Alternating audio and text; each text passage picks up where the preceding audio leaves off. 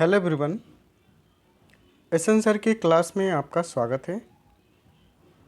इस वीडियो में हम खातों के प्रकार को विशेष रूप से समझेंगे। अकाउंटेंसी सब्जेक्ट में खातों के कितने प्रकार होते हैं और उनके बारे में हम क्लासिफिकेशन कैसे कर सकते हैं। बहुत बार एग्ज़ाम में पूछे जाते हैं विभिन्न प्रकार के खातों के नाम देकर कि ये खाते किस कैटेगरी में आते हैं, अर्थात कौन से प्रकार में इन खातों को रखे जाते हैं। तो इस वीडियो में हम डिटेल रूप से इस बात को चर्चा करेंगे। चलिए शुरू करते हैं खातों के प्रकार के बारे में। जैसा कि आप देख रहे हैं, खातों को 3 कैटेगरी में यहाँ पे दर्शाया गया, अर्थात अकाउंटेंसी सब्जेक्ट में सभी चीज़ें एक खाता होता है, ऐसा आपको बेसिक रूप से बताया गया है। तो सभी चीज़ों को, जिसमें हम व्यक्तियों को भी शामिल करते हैं, उन सभी को शामिल करके कितने प्रकार के खातों में उनका वर्गीकरण किया जा सकता है। तो जैसा कि आप स्क्रीन पे देख रहे हैं, पहला है पर्सनल अकाउंट, जिसे हम हिंदी में व्यक्तिगत खाता कहते हैं। दूसरा है रियल अकाउंट, जिसे हम हिंदी में वास्तविक खाता बोलते हैं। और तीसरा है अवास्तविक या नाम मात्र खाते, नॉमिनल अकाउंट, जिसे हम हिंदी में नाम मात्र खाते बोलते हैं। अर्थात अगर आप विज्ञान की दृष्टि से समझें तो बायोलॉजी, जिसे हम पर्सनल अकाउंट कह सकते हैं। फिजिक्स, जिसे आप छू सकते हैं, परख सकते हैं, देख सकते हैं, उसे हम रियल अकाउंट के कैटेगरी में सकते हैं। और जो गैस के प्रकार के होता है, केमिस्ट्री के फॉर्म में होता है, जिसे हम दिखाई नहीं पड़ता, महसूस होता है कि हाँ है, हवा है, दिखाई नहीं पड़ता बट है, तो उसे हम नाम मात्र की कैटेगरी में रखते हैं। तो चलिए हम एक एक करके डिस्कस करते हैं। पहले हम पर्सनल अकाउंट को स्पष्ट रूप से समझेंगे। तो व्यक्तिगत खाते, जैसा कि नाम से स्पष्ट है, व्यक्तिगत खाते तो ये व्यक्तियों से जुड़ा होगा, ऐसा नहीं है। सिर्फ व्यक्तिगत खातों को समझने के लिए व्यक्तिगत खातों के विभिन्न प्रकार को हमें समझना होगा, जिससे हम व्यक्तिगत खातों को अच्छे से समझ पाएंगे। तो फर्स्ट है नेचुरल पर्सनल अकाउंट, जिसे हम हिंदी में प्राकृतिक व्यक्तिगत खाता बोलते हैं। दूसरा है आर्टिफिशियल पर्सनल अकाउंट, जिसे हम कृत्रिम व्यक्तिगत खाता के नाम से जानते हैं। और तीसरा है रिप्रेजेंटेटिव पर्सनल अकाउंट, जिसे हम प्रतिनिधि या प्रतिनिधित्व करने वाले व्यक्तिगत खाता के नाम से जानते हैं।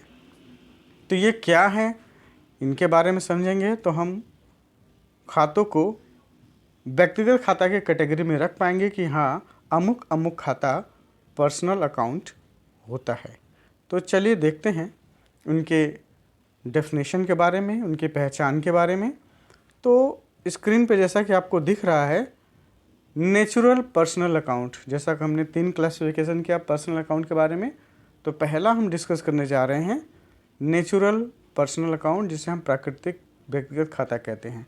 तो ये क्या होता है, याद रखें, प्राकृतिक रूप से निर्मित व्यक्ति, जिन्हें नेचर ने बनाया है, जिसे ईश्वर ने बनाया है, जिसे हमने आपने नहीं बनाया है, ईश्वर ने बनाया, वो सारे इस कैटेगरी में रखे जाएंगे, जिन्हें हम प्राकृतिक व्यक्तिगत खाता कहते हैं। जैसे राम, श्याम, अली, राशिद, मोहन, एक्सेट्रा एक्सेट्रा। तो अब आप समझ गए होंगे कि जिसे ईश्वर ने बनाया है, हम जैसे इंसानों को, वह इस कैटेगरी में रखे जाते हैं। और एक बात यहाँ ध्यान रखना है, इस कैटेगरी में जिन व्यक्तियों के नाम, जैसे राम खाता है, सभी कुछ खाता है, इसके पहले हमने बताया कि सभी एक अकाउंट होते हैं, खाता होता है, तो अपस्ट्रॉफी लगाएंगे अगर वो पर्सनल अकाउंट है। जैसा कि मैंने राम के आगे अपस्ट्रॉफी एस लगाया, कॉमा लगा के एस लिख दिया, अर्थात Ram's account, Shyam's account, Rashi's account, etcetera etcetera. तो एक बात समझ गए होंगे कि प्राकृतिक रूप से जो व्यक्ति होते हैं वो पर्सनल अकाउंट होते हैं, और उनको लिखने के लिए अपस्ट्रॉफी एस जरूर लगाएंगे उनके नाम के आगे खाता लगाने के लिए। राम्स अकाउंट अर्थात राम का खाता, श्याम्स अकाउंट श्याम का खाता, और इसी प्रकार से जो नेचुरल पर्सन है उनमें अपॉस्ट्रोफी जरूर लगेगा। दूसरे खाते के बारे में हम डिस्कस करें, आर्टिफिशियल पर्सनल अकाउंट। जैसे कि नाम से पता चल रहा है, कृत्रिम व्यक्तिगत खाते, अर्थात जो ऊपर आपने देखा फर्स्ट वाले में नेचुरल पर्सन, तो अगर ऐसे खाते जो नेचुरल पर्सन द्वारा बनाए जाए, ऐसे जैसे संस्थान जिसे व्यक्तियों द्वारा बनाया गया, अर्थात ऐसे खाते जिसे नेचुरल पर्सनल लोगों ने बनाया है, अर्थात दो व्यक्ति मिलके कोई फर्म बना देते हैं, दो व्यक्ति मिलके या दो से अधिक व्यक्ति मिलके कोई कंपनी बना देते हैं, दो या दो से अधिक व्यक्ति मिलकर ट्रस्ट बना देते हैं, तो ये सब आर्टिफिशियल पर्सन कहलाएंगे। अब ये पर्सन क्यों कहलाएंगे? तो पर्सन की जो नेचर क्या होता है, पर्सन किसी से बात कर सकता है, तो कंपनी भी अपने लेटर के माध्यम से बात करती है। एक पर्सन जो नेचुरल पर्सन होता है किसी पे वाद विवाद करता है, तो ऐसे ही कंपनी, फर्म, ट्रस्ट किसी पे वाद विवाद अदालत के माध्यम से करते हैं। अर्थात सारी खूबियाँ इनके पास होती है एकदम नेचुरल पर्सनल अकाउंट की तरह। अर्थात व्यक्ति को जन्म देता है जो नेचुरल पर्सन होते हैं, ऐसे ही कंपनी से एक छोटी कंपनी निकल सकती है, एक फर्म से दूसरी फर्म भी निकल सकती है, बन सकती है। तो इस प्रकार से ऐसे सारे संस्थान जिन्हें व्यक्तियों ने बनाया है, वो सारे संस्थान कृत्रिम व्यक्तिगत खातों के अंतर्गत आएंगे। जैसे कोई दुकान का नाम है X and sons, Y and sons, Malhotra and sons, इस प्रकार से नाम आपको ढेर सारे मिल जाएंगे मार्केट में। तो याद रखें, उसका भी एक पैन नंबर होता है, वह भी एक कृत्रिम व्यक्ति के रूप में माना जाता है, जाना जाता है। तीसरा जो कैटेगरी है वो है representative personal account. Representative personal account का मतलब ये है कि ऐसे व्यक्तिगत खाते जो किसी अन्य को, किसी दूसरे व्यक्ति को रिप्रेजेंट करे या उनका प्रतिनिधित्व करे। जैसे हमने यहाँ डेफिनेशन में बताया कि व्यक्तिगत व्यक्तियों को प्रस्तुत करने वाले, अर्थात कोई अन्य व्यक्तियों को प्रस्तुत करने वाले, जैसे the accounts which represents other, ऐसे अकाउंट जो दूसरों को रिप्रेजेंट्स करते हैं।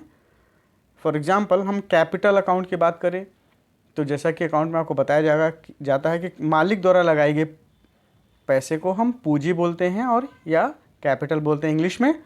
तो मालिक द्वारा लगाई गई पूंजी को मालिक का नाम अकाउंट में नहीं लिखते हैं, ऐसा आपको बार बार बताया गया होगा। जिनका अकाउंट बना रहे हैं उनका नाम खातों में नहीं लिखेंगे। तो अगर उनके द्वारा कोई पैसा लगाया गया है तो आप क्या नाम देंगे? कैपिटल।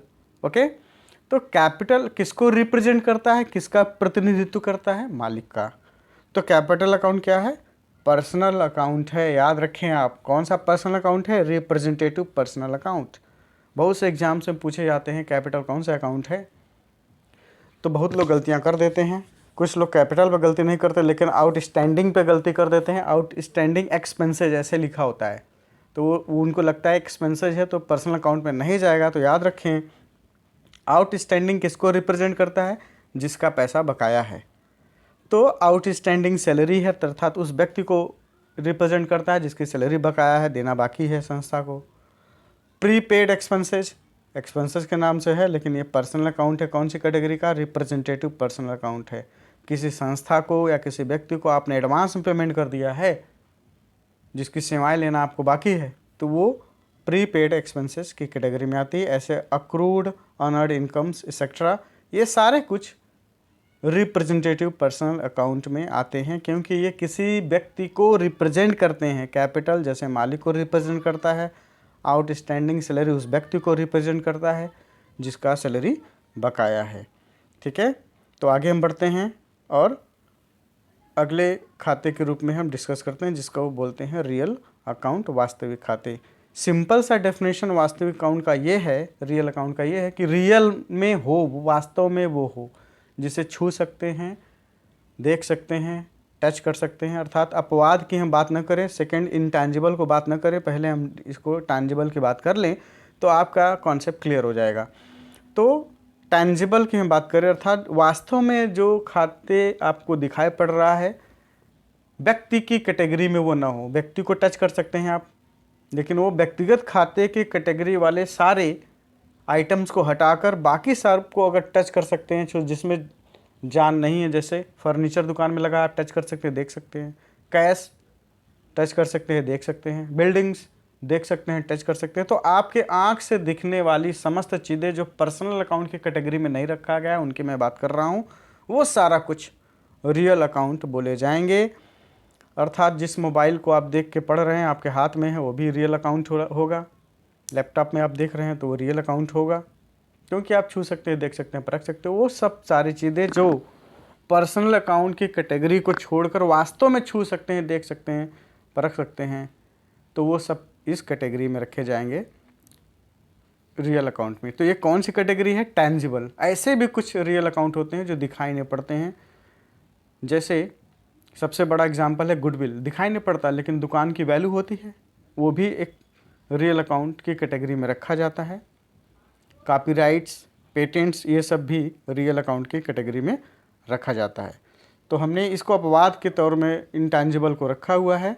इस पे हम विशेष रूप से जब गुडविल के टॉपिक को डिस्कस करेंगे तो इस पर हम विशेष रूप से बात करेंगे अपवादों का। तो रियल अकाउंट के बारे में सिंपली आप समझ लें कि जिसे आप टच कर सकते हैं, छू सकते हैं, परख सकते हैं, देख सकते हैं, वो सब रियल अकाउंट की कैटेगरी में रखा जाता है, बशर्ते कि वो पर्सनल अकाउंट ना हो। अपवाद के रूप में इनटेंजिबल भी होता है जिसे आप देख नहीं सकते, एक ये है। और अगर और समझना चाहते हैं, देख नहीं सकते, छू नहीं सकते, लेकिन वो खर्च या आय ना हो, तो वह भी इनटेंजिबल रियल अकाउंट होते हैं।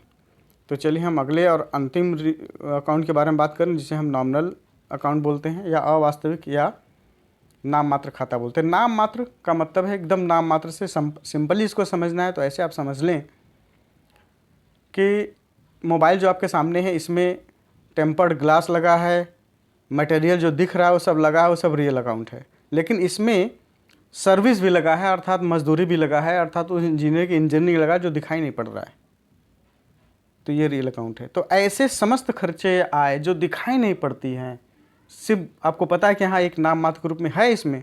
जैसे आपके सामने आपके घर में बिल्डिंग लगी है, चूना दिख रहा है, पेंट दिख रहे हैं, डिस्टेम्पर दिख रहे हैं, ईंट दिख रहा है, सीमेंट दिख रहा है, गार्डर दिख रहा है, सरिया दिख रहा है, लेकिन मजदूरी कहीं दिख नहीं रहा है, तो वो नाम मात्र खाते होते हैं। यानी ऐसी खर्चे या आय जिसे आप देख नहीं सकते हैं, आपको महसूस हो रहा है कि हाँ इसमें लगा। कारपेंटर ने फर्नीचर बनाई है लेकिन कारपेंटर नहीं दिख रहा है, कील दिख रहा है, फर्नीचर की बना है उसमें वुड दिख रहा है, लकड़ी दिख रही है, लेकिन उसकी मजदूरी दिख नहीं रही है, तो वह वेजेज, वह मजदूरी नॉमिनल अकाउंट में आएगा। तो नाम मात्र में समस्त खर्चे या समस्त आय को इस कैटेगरी में रखा जाता है। तो आप इस प्रकार से देख लिए समस्त अकाउंट्स के कैटेगरी में लेन देन को बांटा जाता है। तो वो लेन देन 3 कैटेगरी में जाते हैं, पर्सनल, रियल और नॉमिनल अकाउंट के बारे में। तो आपके कोई भी डाउट्स होंगे तो आप मुझे कमेंट बॉक्स में जाके आप पूछ सकते हैं और उस पर हम विशेष रूप से डिस्कस करेंगे। Thank you for joining this class. Thank you very much.